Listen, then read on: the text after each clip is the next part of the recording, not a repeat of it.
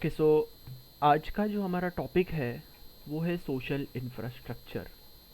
लेकिन social infrastructure समझने से पहले हम लोग को समझना पड़ेगा what is this infrastructure. So basically जब भी हम इंफ्रास्ट्रक्चर के बारे में बात करते हैं तो इतना समझ लो कि ये जो चीज़ है ये हमारे इकोनॉमी को ग्रो करने के लिए एंड डेवलप करने के लिए होती है। सो बेसिकली जितने भी हमारे रिसोर्सेस हैं उनको ऑप्टिमली यूटिलाइज करने के लिए हम लोगों को इंफ्रास्ट्रक्चर की ज़रूरत होती है। Now basically we have two types of infrastructure. तो वो है physical infrastructure and another one is social infrastructure. Now talking about the physical infrastructure here, this infrastructure is आपको नाम से समझ रहे हैं फिजिकल है। So basically it's very important for the country's development as it helps for the economic activities. अब ये economic activities क्या होती है, तो हमारा manufacturing, distribution, retail and consumption, इन चारों चीज़ों पे सक्सेस आने के लिए हम लोगों को फिज़िकल इंफ्रास्ट्रक्चर की ज़रूरत पड़ती है। बेसिकली ये transportation, communication and network, water distribution, energy generation से रिलेटेड कुछ इंफ्रास्ट्रक्चर यानी कि कुछ फैसिलिटीज़ होते हैं हमारे। सो बेसिकली अगर आप नोटिस करेंगे तो ट्रांसपोर्टेशन के बिना हम हमारे गुड्स को डिस्ट्रीब्यूट नहीं कर पाएंगे। Now without a communication and network facility we won't know about the demand, right, and also about the product. Similarly water distribution and energy generation ये manufacturing units के लिए काफ़ी important part होता है। सेकेंड टाइप ऑफ इंफ्रास्ट्रक्चर हमारा है social infrastructure.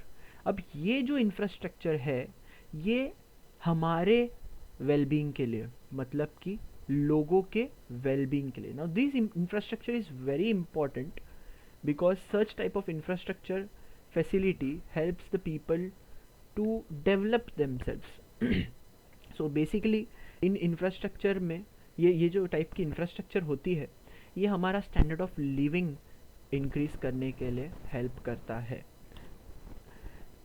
इसमें कौन से टाइप के फैसिलिटीज़ आते हैं, तो education, health care and family welfare.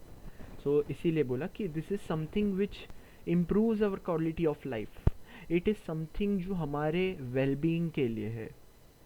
Moving ahead, इस सोशल इंफ्रास्ट्रक्चर का इम्पोर्टेंस क्या है।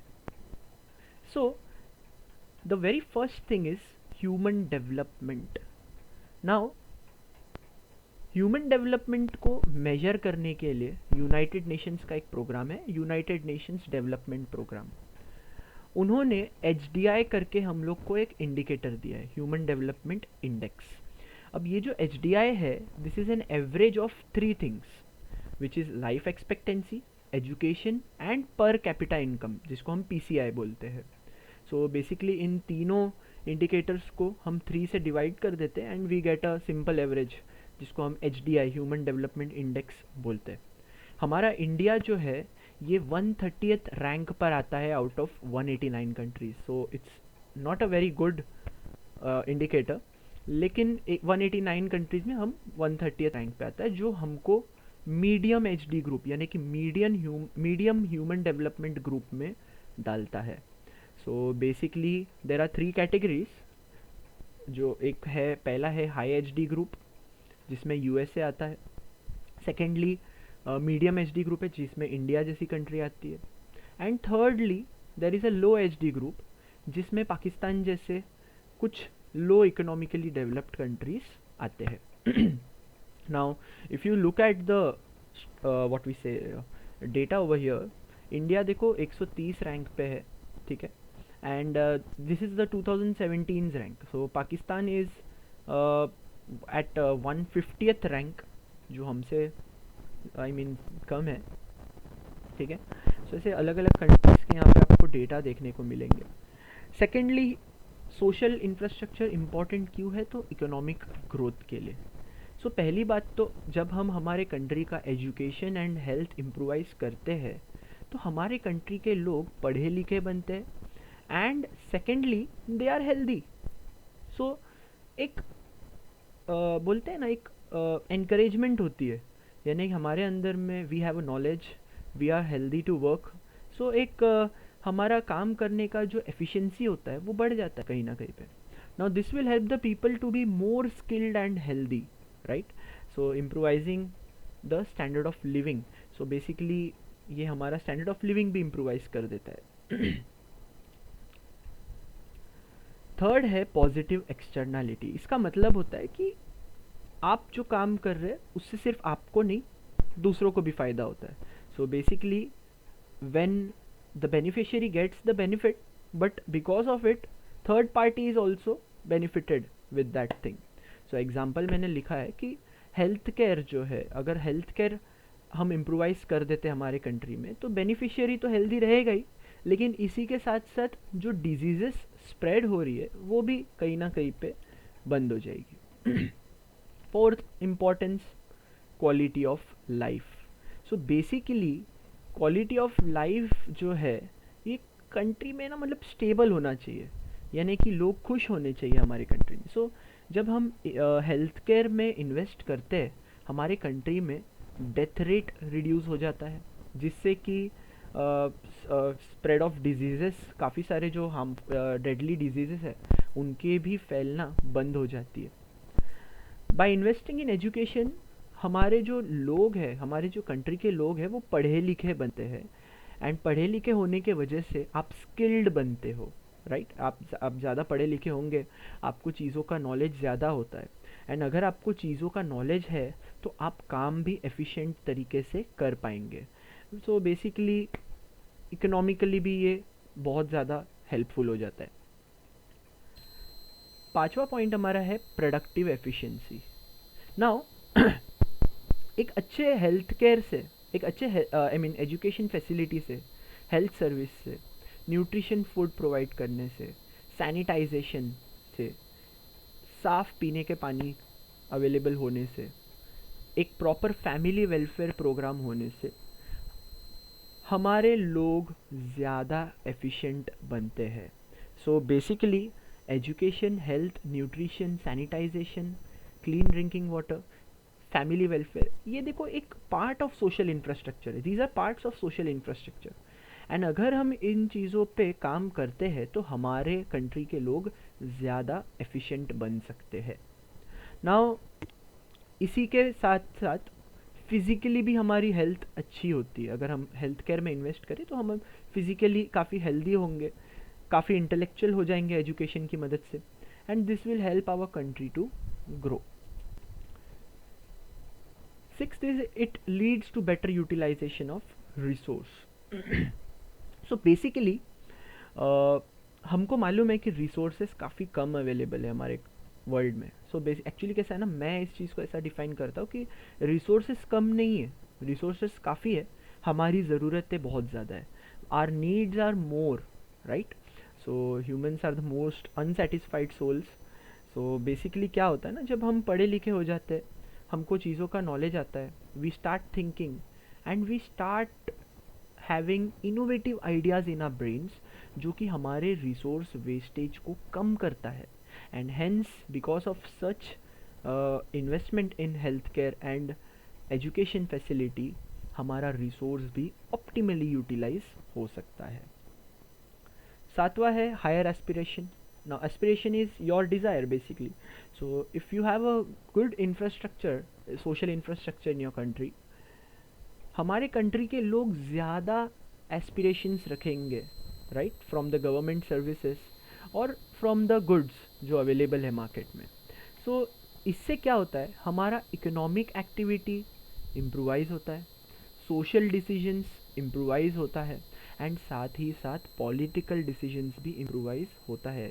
ध्यान से सुनो, आप जब पढ़े लिखे हो जाते हो, आपकी जब हेल्थ अच्छी होती है, so you get to know what exactly is going on in your country. आपको मालूम है गवर्नमेंट क्या कर रहा है आपके लिए, right, and hence you will be able to demand more from the government if you know what exactly they are doing for you. So इससे सिर्फ आपको नहीं बट पूरी कम्युनिटी को फ़र्क पड़ता है, right. Eighth point is it brings a social change. अब सोशल चेंज कैसे आता है, तो ऑब्वियस सी बात है, हम जब पढ़े लिखे हो जाते हैं तो we become intellectual and smart, जिसके मदद से आप सोशल डिस्क्रिमिनेशन नहीं करते हैं एंड कुछ एंटी सोशल एक्टिविटीज़ जैसे कि टेररिज्म हो गई, थेफ्ट हो गया या किलिंग समवन, राइट, ऐसे इस तरह के काम हम लोग नहीं करते हैं once we are educated. So that's the reason literacy is very important. Now there were some changes in our Indian social sector also, so let's see which are that. So सबसे पहला है कि post reforms, post 1991 reforms, we increased our private investment in the health and education sector, जिसके वजह से ये दोनों ही चीज़ें काफ़ी एक्सपेंसिव हो गई. एंड हमको एक आइडिया आ गया होगा कि हमारे कंट्री में काफ़ी गरीब लोग रहते हैं, सो ऑब्वियस सी बात है प्राइवेटाइजेशन उनके लिए तो अच्छा नहीं था. नाउ सेकेंडली गवर्नमेंट ने अपनी सब्सिडी एंड सपोर्ट काफ़ी कम कर दी सोशल सेक्टर में. So this was the second change that was brought to our social sector, because government ने अपना रोल या अपना जो इन्वेस्टमेंट है वो इन पब्लिक सेक्टर्स में, पब्लिक सोशल सेक्टर्स में कम कर दिया था. काफ़ी लोगों का जॉब ये खतरे में आ चुका था and hence there was a lack of job security, जिसके वजह से लोगों को काफ़ी नुकसान भी हुआ. फोर्थली इनफॉर्मल जॉब्स इसके वजह से काफ़ी इंक्रीज़ हो गए थे हमारे इकोनॉमी में. एंड ऑब्वियस सी बात है, सो बेसिकली पहली बात तो इनफॉर्मल जॉब्स क्या होते हैं, तो ये बहुत ही टेम्पररी जॉब्स होते हैं. आप बोल सकते हैं कि this is something daily basis पे आपको शायद मिलने वाला काम है ये. तो ऑब्वियस सी बात है, यहाँ पर आपको कोई जॉब सिक्योरिटी नहीं है. आपको आज जॉब मिल भी सकता है, कल के दिन आपको नहीं मिलेगा. You don't have any job security. Fifth, as the education, health and insurance became expensive, the poor could not afford it. So जो फर्स्ट पॉइंट था, देखो इन चीज़ों को एक्सपेंसिव कर देने की वजह से गरीब इंसान इसको अफोर्ड नहीं कर पा रहा था. एंड करेंटली अगर आप देखेंगे हमारा जो इंडियन एजुकेशन है यानी प्राइवेट एजुकेशन है वो काफ़ी एक्सपेंसिव है. एक on an average 30,000 to 40,000 per annum fees होता है एक स्कूल का. आप अगर एडमिट हो रहे हो एक अच्छे हॉस्पिटल में, ऑन एन एवरेज आपको 2 से 4 हज़ार पर डे एक बेसिक हॉस्पिटल में, बेसिक प्राइवेट हॉस्पिटल में एडमिट होने के लिए चाहिए, right. Sixth, all marginalized sections of the population were excluded from growth because of high prices in the market. सबसे पहली बात तो marginalized section क्या होता है? Basically these are the minority section of our country. Financially I am talking about financial. So financially ये लोग काफ़ी गरीब होते हैं, बिलो पॉवर्टी में भी हो सकते हैं. सो बेसिकली लेबरर्स हमारे कंट्री के, फार्मर्स, ये हमारे कुछ मार्जिनलाइज्ड सेक्शन में आते हैं. अब इन लोगों की इनकम काफ़ी कम होती है एंड जो ये जो प्राइसेस हमने डिस्कस किए अभी, ये वो लोग ऑब्वियसली अफोर्ड नहीं कर पाते जो मार्केट में अवेल करती है. सो बेसिकली ये जो नया मार्केट ओरिएंटेड सिस्टम था ये कहीं ना कहीं पे फेल हो रहा था to promote the inclusive growth. So basically what is inclusive growth? तो हमारे जो प्राइम मिनिस्टर कहते हैं सबका साथ सबका विकास, उसी को हम लोग बोलते हैं इंक्लूसिव ग्रोथ. सो ये जो नया कुछ चेंजेस लाए थे, कुछ रिफॉर्म्स लाए थे, this was not for the marginalise section of the people, it did not benefited them. So obvious सी बात है कुछ इंक्लूसिव ग्रोथ मेजर्स लाना ज़रूरी थे. So national rural employment guarantee act of 2005, इसको हम लोग ने लाया टू प्रोवाइड एम्प्लॉयमेंट. बेसिकली इसको हम लोग ने आगे चल के नाम कर दिया Mahatma Gandhi national rural employment guarantee act. ये October 2 को ही किया गया था, उनके बर्थडे पे किया गया था. आप बाजू में फ़ोटो देख सकते हैं इस प्रोग्राम के एडवर्टाइजमेंट का. Secondly, right to education act of 2009 was enacted to promote education. Right to education हमारा फंडामेंटल राइट बन गया है एजुकेशन आज की तारीख में, बिकॉज ऑफ दिस चेंज. ठीक है. नाउ थर्डली अलग अलग टाइप के हेल्थ प्रोग्राम्स को भी हम लोगों ने स्टार्ट किया। सो आप नोटिस करेंगे ये इंक्लूसिव ग्रोथ मेजर में 3 चीज़ों पे फोकस किया गया, employment, secondly on the education and thirdly on the health of the people. हमारा जो इंडियन सोशल इंफ्रास्ट्रक्चर है वो कुछ इस तरह दिखता है।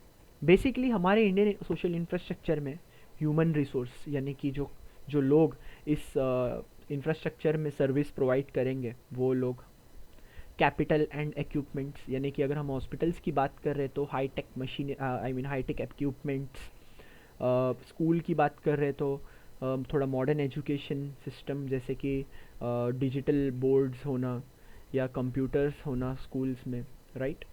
सो ये सारी चीज़ें हमारे सोशल इंफ्रास्ट्रक्चर का बेसिकली पार्ट होता है। अब हमारा जो इंडियन इंफ्रास्ट्रक्चर है, सोशल इंफ्रास्ट्रक्चर, ये कुछ 2 पार्ट में डिवाइड करते हैं हम लोग, basically education wise and health care wise. Now in terms of education we have 3 sections, primary education, secondary education and higher education. In terms of health care हमारे पास में कुछ प्राइमरी हेल्थ केयर सेंटर्स है, government hospitals है, and we have something called as family welfare services as well. हमारे government ने कुछ policies and programmes तैयार की है। So starting with the education, now 2011 के सेंसस के हिसाब से हमारे पास में 15 से 24 साल के जो एज है, 15 टू 24 ईयर्स की जो एज है, इस सेक्शन के इस एज के टोटल 19.1% पॉपुलेशन थी। सो बेसिकली 19.1% पॉपुलेशन हमारा 15 टू 24 ईयर्स ऑफ एज को कंप्राइज करता है, जिसको एस्टिमेट किया गया कि बाय द ईयर 2020 यानी कि अभी जो साल चल रहा है ये 34% तक इंक्रीज हो जाएगा, 34.33% टू बी प्रिसाइज। सो जो चीज़ 19% थी, देखो ऑलमोस्ट कहीं ना कहीं डबल होती हुई दिख रही है इन 10 ईयर्स। सो इसीलिए ऑब्वियस सी बात है कि एक ज़रूरी सी चीज़, मतलब कि हमारे कंट्री का यंग पॉपुलेशन काफ़ी ज़्यादा रेट पे इंक्रीज़ होते हुए हमको दिखने वाला है, एंड इसीलिए हमारे कंट्री में एजुकेशन इंफ्रास्ट्रक्चर पे इन्वेस्ट करना काफ़ी ज़रूरी है, बिकॉज यंग पॉपुलेशन को हम बोलते हैं they are the future of a country, right. So हमारे फ्यूचर ऑफ द कंट्री को वेल एजुकेटेड रखना काफ़ी इंपॉर्टेंट है, because that is something which will make them skilled. अब ऑब्जेक्टिव क्या था हमारे एजुकेशन पॉलिसी का? तो सबसे पहले तो हम लोग ने national policy on education of 1986 को मॉडिफाई किया 1992 में, and it had these objectives to it. पहला तो correcting social and regional imbalance. Social imbalances, देखो गरीब लोगों को पढ़ने नहीं मिलता है, like in very if you go in a very rural if you go in a very remote area basically, वहाँ पे आप नोटिस करेंगे कि छोटे छोटे बच्चे खेत में काम करते हैं, कुछ जो क्या बोलते हैं पॉटर्स का काम करते हैं। सो बेसिकली गरीब आदमी पढ़ नहीं पाता, एंड वही एक अमीर आदमी बहुत ज़्यादा हाई फैसिलिटी लेके पढ़ पाता है, and this is nothing but social imbalance, कि कोई एक चीज़ को अवेल कर पा रहा है एंड कोई इस चीज़ को नहीं अवेल कर पा रहा है। रीजनल इम्बैलेंसेस बेसिकली जिस तरह पंजाब आप देखेंगे, पंजाब एग्रीकल्चर वाइज काफ़ी ज़्यादा आगे है। नाउ द रीज़न बीइंग कि geographically it is blessed with a very good soil, no doubt, लेकिन ये एक एग्जांपल है कि रीजनल इम्बैलेंस। या हम बोलेंगे कि बिहार जैसा स्टेट जो है वहाँ पे देखो education wise Bihar is literacy rate में काफ़ी पीछे है, एंड वही कुछ स्टेट केरला जैसे काफ़ी आगे है। So there is a regional imbalance and a social imbalance in our country. National policy of education जो था, इन्होंने अपने आप को मॉडिफाई किया to correct this thing. Because of this national policy on education we were able to provide education even to the marginalized sector of our section of our country. Secondly, we emphasized on women empowerment. हमारे country में women's को काफ़ी बोलते हैं ना, शादी का pressure होता है, आगे चल के फिर बच्चों का प्रेशर होता है, इसलिए काम नहीं कर पाते, कई वुमेन्स हाउसवाइफ बनकर रह जाते हैं. So basically something had to be done to empower our women. So under this national policy on education, हम लोग ने वुमेन एम्पावरमेंट को भी एम्फोसाइज किया. So basically we provided lots of facility जो हम अभी पढ़ने वाले हैं आगे. Securing rights for the minorities. Thirdly जो माइनॉरिटी सेक्शंस है हमारे कंट्री के, उनके लिए भी हम लोग ने, अगर आपने नोटिस किया होगा, कॉलेजेस में, स्कूल्स में कोटा सिस्टम्स होते हैं. कई लोगों को इससे तकलीफ है, but we have to understand this thing कि at some point of time they were not provided with the basic facilities like water, clean water also. So उनको कहीं ना कहीं place देना काफ़ी important था. Coming to the second objective, draft of National Education Policy 2016. So National Education Policy, ये नया एक पॉलिसी हम लोग ने फॉर्म किया 2016 में, जो कि क्वालिटी एजुकेशन प्रोवाइड करने के लिए बनाया गया था.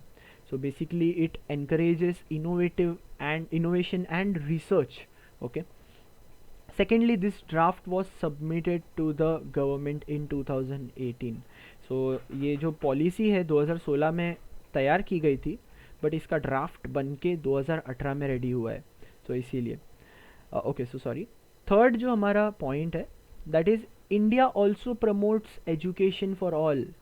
यूएन का मिलेनियम डेवलपमेंट गोल करके एक प्रोग्राम है जिसके अंडर में इंडिया एजुकेशन फॉर ऑल, यानी कि सब लोगों के लिए एजुकेशन होना ज़रूरी है, इस चीज़ को प्रमोट करता है. गवर्नमेंट की कुछ पॉलिसी एजुकेशन पर हम लोग देख लेते हैं अभी. सो सबसे पहला है सर्व शिक्षा अभियान, या राइट टू एजुकेशन के अंडर में इसको बेसिकली निकाला गया था, सर्व शिक्षा अभियान. सो बेसिकली ये 6 से 14 साल की उम्र के बच्चों को free of cost education provide करवाता है. नाउ एजुकेशन को हम लोग ने एज ए सेट की फंडामेंटल राइट बना दिया था आरटीए एक्ट के अनुसार. The quality of education for all children has is been ensured with the help of this Sarva Shiksha Abhiyan. सो जो जेंडर गैप था, एक जेंडर गैप था हमारे कंट्री में, सोशल गैप था कि अमीर इंसान का बच्चा पढ़ सकता है और गरीब इंसान का बच्चे ने गरीब ही रहना चाहिए. ये एक जो मेंटालिटी हमारे कंट्री में कहीं ना कहीं हम लोग इस आरटीई के थ्रू हटाने के लिए ट्राई कर रहे. अब इन स्कूल्स में इनको साफ़ पीने का पानी, toilets and free text book provide करने का काम किया जाता है अंडर सर्व शिक्षा अभियान.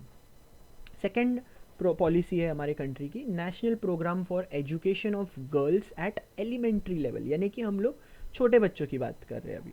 सो ये जो NPEGEL, जिसको शॉर्टकट में बोलते हैं national programme for education of girls at elementary level है, इसको 2003 में अप्रूव किया गया था. Now this is to provide education to the underprivileged girls at elementary level, यानी कि जो बहुत ही ज़्यादा गरीब है, बिलो पॉवर्टी लाइन में एग्जिस्ट करते हैं, पढ़ लिखने के लिए पैसे नहीं है जिनके माँ बाप के पास, उन माँ बाप के लिए ये काफ़ी ही अच्छी प्रोग्राम है. वो अपने बच्चों को इन स्कूल्स में डाल सकते हैं. नाउ छोटे छोटे कुछ कंट्री के पार्ट्स में हम लोगों ने अंडर द सुपरविजन ये प्रोग्राम को चलाया हुआ है. Under the supervision of the government इस प्रोग्राम को हम चला रहे हैं. थर्ड है Kasturba Gandhi Balika Vidyalaya. This programme was launched in 2004. So basically ये रेसिडेंशियल स्कूल है एट एलिमेंट्री लेवल. सो छोटे छोटे, इसके लिए एक प्रॉपर स्कूल एकदम स्कूल वाली इंफ्रास्ट्रक्चर नहीं होती है. कोई भी प्राइवेट एंटिटी या कोई एक इंडिविजुअल गवर्नमेंट से बात कर इस प्रोग्राम से क्या बोलते हैं, इस प्रोग्राम को चालू कर सकता है. सो ये मार्जिनल पॉपुलेशन ऑफ गर्ल्स के लिए था, that is again for the poor girl जो पढ़ नहीं सकती है पैसों के वजह से, उनके लिए ये कस्तूरबा गांधी बालिका विद्यालय स्टार्ट किया गया था. Now this was implemented in economically backward areas first, जहाँ पे फीमेल लिटरेसी 30% से कम है, एंड काफ़ी सारे अर्बन एरियाज़ में भी इसको बाद में चालू किया गया था. नाउ जो फंडिंग होती है इसकी, सेंटर इसके लिए 75% फंडिंग करता है एंड जो बचा हुआ 25% फंडिंग है वो स्टेट गवर्नमेंट करती है इसके लिए। फोर्थ है national programme of mid day meal in schools. ये प्रोग्राम के बारे में हम लोग ने काफ़ी सुना होगा। 2004 में इसको हम लोगों ने प्राइमरी लेवल तक अप्रूव किया, ठीक है। नाउ ये प्रोग्राम जो है ये छोटे बच्चों को जो स्कूल गवर्नमेंट स्कूल्स में पढ़ रहे हैं उनको एक टाइम का proper nutritious cooked food provide करने का प्रॉमिस करता है। एंड इसके कारण हम लोगों ने नोटिस किया कि स्कूल एनरोलमेंट भी काफ़ी इंक्रीज़ हो रही थी हमारे कंट्री में।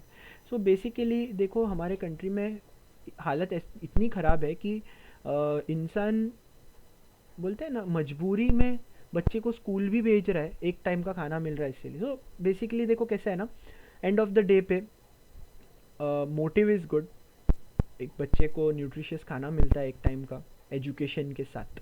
सो it's a very good programme according to me. Fifth है Rashtriya Madhyamik Shiksha Abhiyan. Madhyamik is secondary, so national basically this is a secondary education programme जो कि 2009 में लॉन्च किया गया था by the central government. So it is to improve the quality of education basically.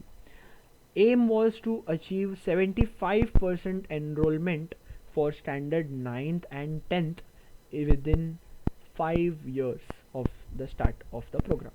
So ये programme चालू करने के 5 साल में इन्होंने एम रखा था कि टोटल 75% एनरोलमेंट आनी चाहिए 9th एंड 10th स्टैंडर्ड के स्टूडेंट्स की। सिक्स्थ है साक्षर भारत मिशन। साक्षर भारत मिशन जो है ये 2009 में फॉर्मुलेट किया गया है। सो इसका एम है 80% लिटरेसी रेट अचीव करना नेशनल लेवल पे। It's a very huge number, 80% literacy rate achieve करना। So it focuses on adult women education and aims to reduce gap of female and male literacy ratio. यानी क्या कि male and female literacy ratio क्या होता है basic बता देता हूँ। यानी कि समझ लीजिए आप कि आपके शायद क्लास में 10 बॉयज़ है एंड देर आर 6 फीमेल्स, तो 10:6 नहीं बोलेंगे बट कहीं ना कहीं पे देखो मेल रेशियो आपके क्लास में इसका मतलब ज़्यादा है। So that is nothing but mail and female literacy ratio. So India में मेल का ऑब्वियस सी बात है लिटरेसी रेट ज़्यादा है एंड फीमेल का काफ़ी कम है। द रीज़न इज़ हमारे कंट्री में वुमेन एम्पावरमेंट पे फोकस नहीं किया गया था in the initial times. Now this mission was to bring equality in education and promote skill development, यानी कि मेल फीमेल दोनों को ही इक्वल अपॉर्चुनिटी मिल रही है एंड स्किल डेवलपमेंट भी दोनों का हो रहा है। तो कंधे से कंधा मिलाकर एक वुमेन चल सकती है आज की तारीख में। The mission is functioning where female literacy is 50% या उससे कम। सो जिन भी एरियाज़ में 50% से कम फीमेल लिटरेसी हमको देखने मिलती है, साक्षर भारत मिशन वहाँ पे हम लागू कर देते हैं। सातवां है राष्ट्रीय उच्चतर शिक्षा अभियान। सो उच्चतर बेसिकली हायर एजुकेशन के बारे में। सो it is sponsored by the central government and it was launched in 2013. Now it provides funding to the state higher educational institutes, यानी कि जितने भी स्टेट के हायर एजुकेशनल इंस्टीट्यूट्स है उनको सेंट्रल गवर्नमेंट फंड्स प्रोवाइड करती है। बेसिकली यूनिवर्सिटीज़ बनाना या एग्जिस्टिंग कॉलेजेस को क्या बोलते हैं यूनिवर्सिटीज़ में कन्वर्ट कर रहे हैं। आजकल आप देख रहे हैं ऑटोनॉमस यूनिवर्सिटीज़ बन रही है बहुत सारी। सो वो इसी प्रोग्राम के अंडर में हो रहा है। So basically it provides infrastructure to such universities and it is funded by the central government. 8th है higher and technical education. Now it's a very vast part, so please pay attention over here.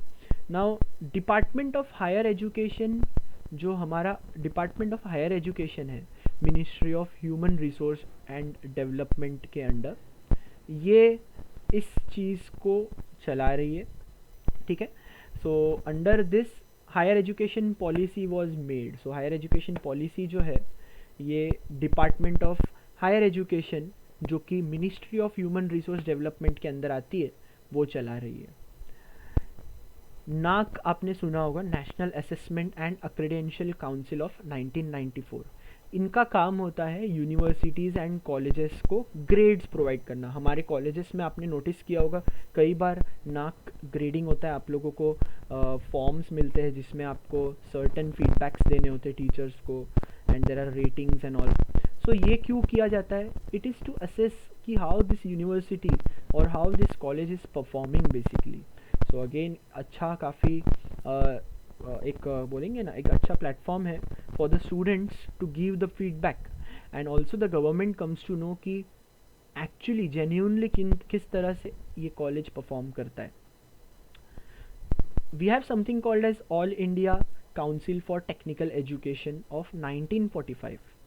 ये जो body है ये पूरे India में सारे colleges universities को watch करती है for providing who are providing technical education. Basically what they do is it keeps a check कि जो facilities available है वो standards के according है कि नहीं।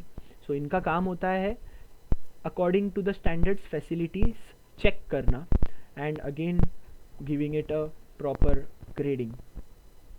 Higher and technical education includes graduation, post graduation, doctorate in arts, commerce, law and science, technology, medicine and pharma, बहुत सारी चीज़ों में, बराबर है। सो बेसिकली पोस्ट ग्रेजुएशन के बाद हम जो कुछ भी पढ़ रहे हैं वो part of higher and technical education होता है।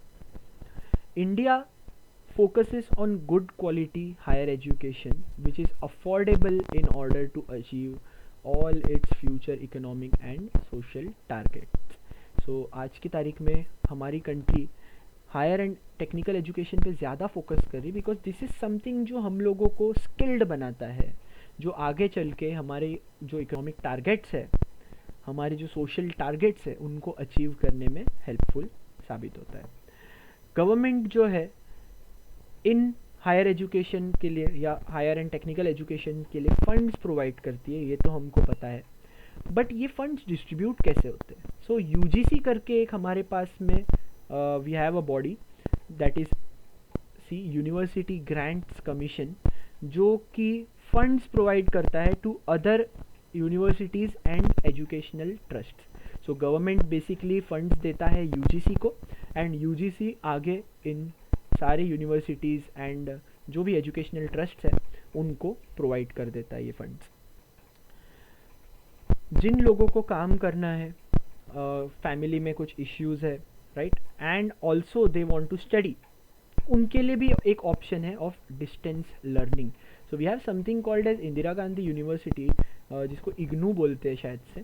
अब ये जो इग्नू है, this is like what we say something very top class, जो डिस्टेंस लर्निंग के लिए इंडिया में अवेलेबल है।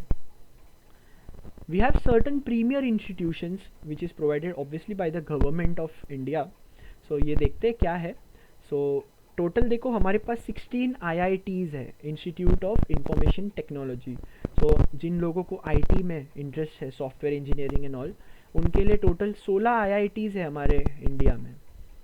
Now the people who are interested for management studies, we have 13 IIMs for them.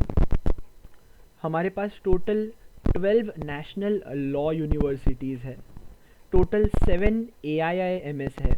Now AIMS जो है it provides medical college to the students. So 47 central universities है हमारे पास, 235 मेडिकल कॉलेजेस है, and we have 63 state and 1 central agricultural university. So if you notice, information technology, management, law, medical colleges, basically agriculture, ये सारे चीज़ों को cover कर रहा है हमारा government in order to promote higher and technical education in our country. So these are some premier institutes basically. Now coming to the next topic जो हमारा health and family welfare है. So for the health and family welfare our government has done a lot of things. So basically it is very important for the development of the country, क्योंकि आप अगर healthy रहेंगे तो ही आप कुछ कर पाएंगे। फिजिकली फिट होना काफ़ी इम्पॉर्टेंट होता है। Now it is a merit good as it is provided by the private entity also, क्योंकि इसमें लोग प्रॉफिट भी अर्न करते हैं, इसको मेरिट गुड्स में हम लोग ऐड कर देते हैं. Most people in the developing countries use public health care rather than private facility as they are more affordable. आपने नोटिस किया होगा हमारे कंट्री में एक्चुअली में प्राइवेट फैसिलिटी लोग ज़्यादा यूज़ करना चाहते हैं, बट द थिंग इज़ कि फाइनेंशियल कंडीशंस के वजह से बहुत से लोगों को public health care facility use करनी पड़ती है. अभी ऐसा मैं इसके लिए बोल रहा हूँ because we are all aware about the quality of the service which is provided there, but government constantly try करता रहता है to upgrade this facilities. So in our country which is a developing country, यहाँ पर public health care facilities ज़्यादा use किया जाता है because it is affordable. Now there are two major aspects related to the public health care. हमारे country में ये दो चीज़ों के बेसिस पे हम बेसिकली हेल्थ केयर प्रोवाइड करते हैं. That is health, we have something called as health care infrastructure, and apart from the infrastructure, ढांचा नहीं दिया है, सिर्फ ढांचा प्रोवाइड करने के अलावा हमारे पास काफ़ी सारे पॉलिसी एंड प्रोग्राम्स भी है जो कि फैसिलिटेट करते हैं हमारे कंट्री में. Now public health care and infrastructure, so basically one of the main aspects हमारे कंट्री का. Now at primary level we have two infrastructures, that is sub centers and primary health centers. Talking about the sub centers, ये underdeveloped and remote rural areas में available होता है. So basically जहाँ पे 3000 से 5000 की population है, जिस गांव में 3000 से 5000 की population है, वहाँ पे sub centers तैयार किए जाते हैं. Now it provides basic health care and education about healthy living. It is funded by the central government alone. So ये यहाँ पे आपको एक प्रॉपर डॉक्टर्स नर्सेस तो नहीं मिलेंगे, लेकिन छोटी मोटी हेल्थ रिलेटेड इश्यूज़ या related to the education related to the healthy living, ये आपको इन सब सेंटर्स में प्रोवाइड किया जाता है. सेकेंड हमारा प्राइमरी हेल्थ इंफ्रास्ट्रक्चर, ये थोड़े से बड़े विलेजेस के लिए होता है जहाँ पे 20,000 से 30,000 की पॉपुलेशन होती है. Now these are small clinics जहाँ पे डॉक्टर्स भी होते हैं एंड पैरामेडिक टीम्स होती है, बेसिकली जो एमरजेंसी टीम्स होती है ना, नर्सेस वगैरह की टीम होती है, वो यहाँ पर आपको इन क्लिनिक्स में देखने को मिल जाएगी. प्राइमरी हेल्थ केयर सेंटर ये स्टेट गवर्नमेंट फंड करती है. Coming to the second infrastructure, that is the secondary level infrastructure, we have two infrastructure again, that is community health centers and district and sub-district hospitals. मतलब कि A community health center, B district and sub-district hospitals. अब समझ लीजिए कि primary level पे अगर आपका treatment नहीं हो सकता है, then you are sent to the secondary level. So these are present in the semi urban areas. Community health centres जो है ये सेमी अर्बन एरियाज़ में होती है जहाँ पे पॉपुलेशन 80,000 टू 1,20,000 के बीच में होती है. नाउ पेशेंट्स जो है यहाँ पर एज ए सेड कि प्राइमरी लेवल से रिफ़र किए हुए होते हैं. It is funded by the state government. So जितनी भी स्टेट गवर्नमेंट है वो फंड करती है कम्युनिटी हेल्थ सेंटर्स को. इससे भी बड़ा हमारे पास में डिस्ट्रिक्ट एंड सब डिस्ट्रिक्ट हॉस्पिटल्स हैं. Now patients from all the lower levels, तो जितने भी प्राइमरी सब सेंटर्स है हमारे पास, प्राइमरी हेल्थ सेंटर्स है, कम्युनिटी हेल्थ सेंटर्स है, इन तीनों से भी अगर काम नहीं बनता है तो वो लोग वहाँ पे जो डॉक्टर्स है वो आपको रिफ़र करेंगे इन डिस्ट्रिक्ट या सब डिस्ट्रिक्ट हॉस्पिटल्स में. So it provides secondary health care services. यहाँ पे आपको बेड कैपेसिटी जो है 100 से 500 के बीच में मिल सकती है. टोटल हमारे कंट्री में एज ऑन 2017 763 डिस्ट्रिक्ट हॉस्पिटल्स थे, ठीक है, and we had 714 districts in country. So basically 714 districts में टोटल 763 डिस्ट्रिक्ट हॉस्पिटल्स हमारे पास अवेलेबल है. Coming to the more bigger infrastructure, that is tertiary level infrastructure.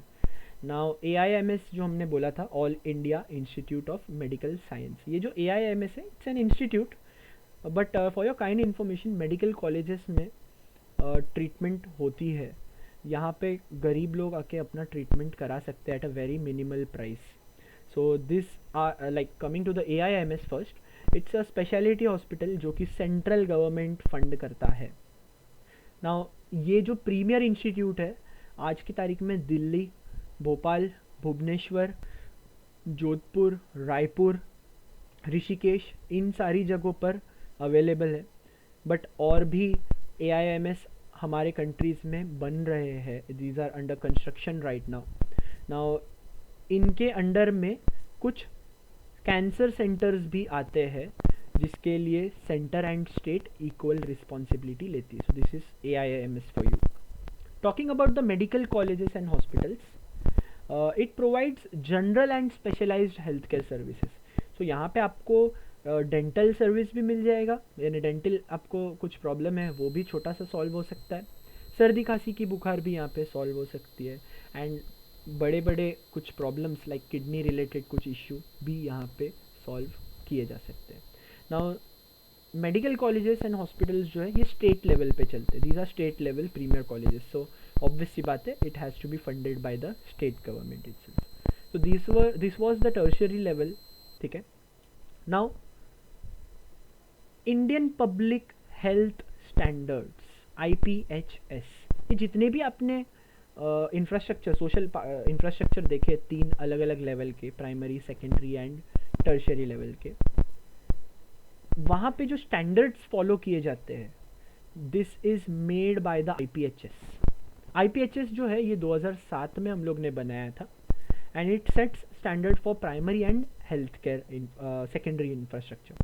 Tertiary में करने की ज़रूरत नहीं है क्योंकि tertiary as A said it is premier level पे, काफ़ी ही प्रीमियम लेवल पे, सॉरी।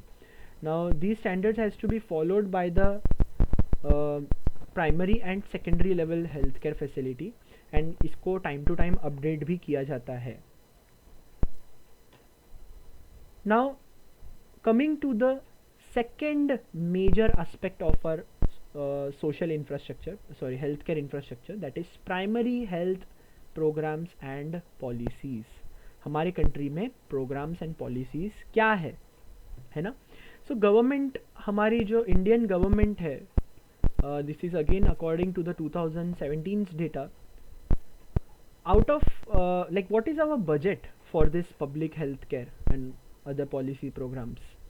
सो GDP का 1.15%, हमारा कंट्री का GDP का सिर्फ 1.15% फंडिंग प्रोवाइड किया जाता है बाय द गवर्नमेंट, यानी कि हमारा जो GDP है उसका सिर्फ 1.15% जो है उतना ही वैल्यू का फंडिंग हमारा गवर्नमेंट प्रोवाइड कर रहा है कंट्री में। सो जहाँ पॉपुलेशन इतनी ज़्यादा है वहाँ पे इतना कम फंडिंग हो रहा है, सो इट्स अ बैड थिंग ना। गवर्नमेंट ऑब्वियस सी बात है कॉन्स्टेंटली इन चीज़ों पे काम करते रहता है, एंड इसीलिए देखो ना AIMS के बारे में मैंने आपको बताया था कि और भी AIMS आ रहे हैं। सो it's a slow and gradual process basically, but इससे आने वाले टाइम में लोगों को काफ़ी बेनिफिट मिल सकता है। The very first policy programme is national health mission. National health mission को हम लोगों ने 2013 में लॉन्च किया था with the aim of providing health care more efficiently in the existing infrastructure. So जो भी इंफ्रास्ट्रक्चर हमारे पास अवेलेबल है वहीं पर quality health care facility provide करने की हम लोग बात कर रहे हैं। नाउ स्टेट गवर्नमेंट जो है फ्लेक्सिबल डिसीजंस ले सकता है according to their availability of resources इस चीज़ में। National rural health mission and national urban health mission भी इसी नेशनल हेल्थ मिशन का पार्ट है। So basically national rural health mission जो है ये रूरल एरियाज़ में हेल्थ केयर सर्विसेज प्रोवाइड करने का काम करता है, एंड जो नेशनल अर्बन हेल्थ मिशन है ये अर्बन एरियाज़ में, सिटी एरियाज़ में हेल्थ केयर फैसिलिटीज़ प्रोवाइड कर रहा है। It focuses on standards according to IPHS, which create and also focuses on creating skilled personnel, जो doctors, nurses, paramedic force available है उनको काफ़ी ज़्यादा ट्रेन किया जाता है, ठीक है। सो आज की तारीख में ये नेशनल हेल्थ मिशन इस चीज़ को हैंडल करती है। Coming to the second topic, second policy, that is communicable disease program. Now under this, HIV AIDS program, national TB program, national vector-borne disease control program, national leprosy eradication program, ये कुछ programmes है जो communicable disease programme के under में हम लोग ने चालू किया। सो HIV AIDS हमको इसके बारे में मालूम है। National TB program was to treat the tuberculosis patients. National vector-borne disease control program was to stop the spread of waterborne disease basically. National leprosy program, eradication program, again it was to stop the spread of leprosy. Leprosy यानी आपको मालूम होगा इसको हिंदी में शायद कोड़े बोलते हैं। कोड़े हमारे जो पूरी बॉडी पार्ट्स है, it starts like somewhat melting, है ना। सो इन सारी चीज़ों पे काम किया गया था under this programme.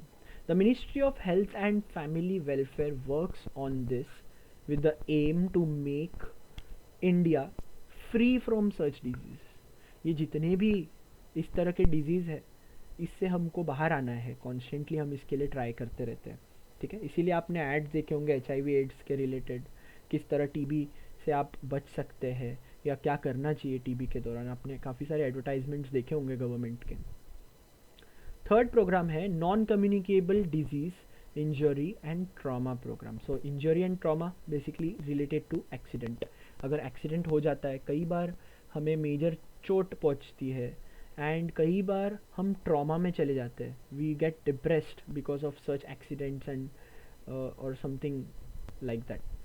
Now under the ministry of health and family welfare ये national oral health programme teeth के लिए, national mental health programme for the trauma depression, ठीक है, जिन पेशेंट्स को ट्रॉमा डिप्रेशन है उनको नेशनल मेंटल हेल्थ प्रोग्राम के अंडर देखा जाता है। National programme for prevention and control of deafness. So basically we have to prevent deafness and control it, बराबर है। इसीलिए आपने देखा होगा, आपको कई सारे गाइडेंस दिए जाते हैं कि आपने कितने वॉल्यूम पर स्पीकर पे सुनना चाहिए। एंड आपने नोटिस किया होगा रस्तों पर जो पब्लिक प्लेसेस है वहाँ पे भी स्पीकर्स के कुछ सर्टन लेवल्स तक ही आप वॉल्यूम इंक्रीज कर सकते हो। So it's under the national programme for prevention and control of deafness. National programme for control of blindness, we have something called as National Program for the Control of Blindness. It again teach the people, या teach नहीं बोलेंगे, it basically tell the people how you can avoid being blind basically।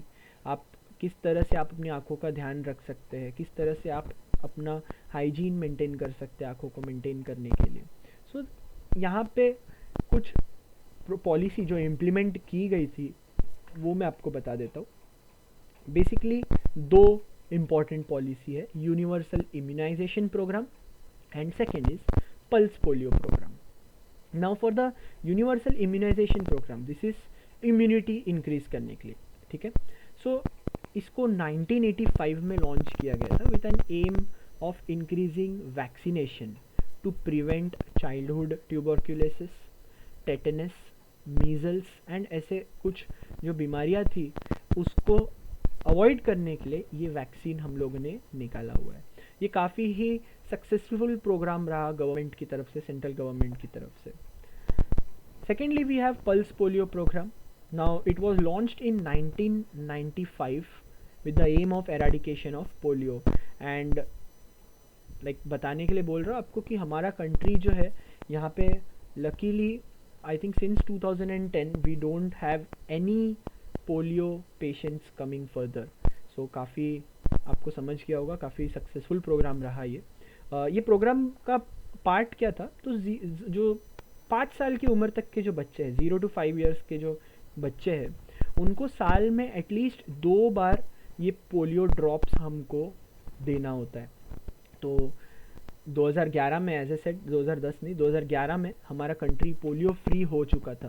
That is there were no new polio patients which were coming ahead, ठीक है। सो काफ़ी successful program है pulse polio programme.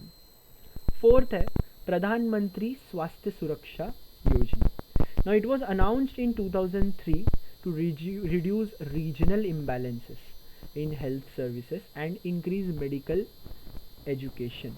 So कुछ areas में, कुछ country के कुछ पार्ट्स में हेल्थ केयर सर्विसेज बहुत ही ओवर एफिशिएंटली अवेलेबल है, कुछ कंट्री में एकदम ही अंडर अवेलेबिलिटी है, मतलब है ही नहीं उसके बारे वहाँ पे कुछ रिमोट एरियाज़ में आज की तारीख में भी हेल्थ सर्विसेज गवर्नमेंट की नहीं पहुँच पाई है. तो उस चीज़ को हटाने के लिए ये प्रधानमंत्री स्वास्थ्य सुरक्षा योजना 2003 में अनाउंस किया गया था.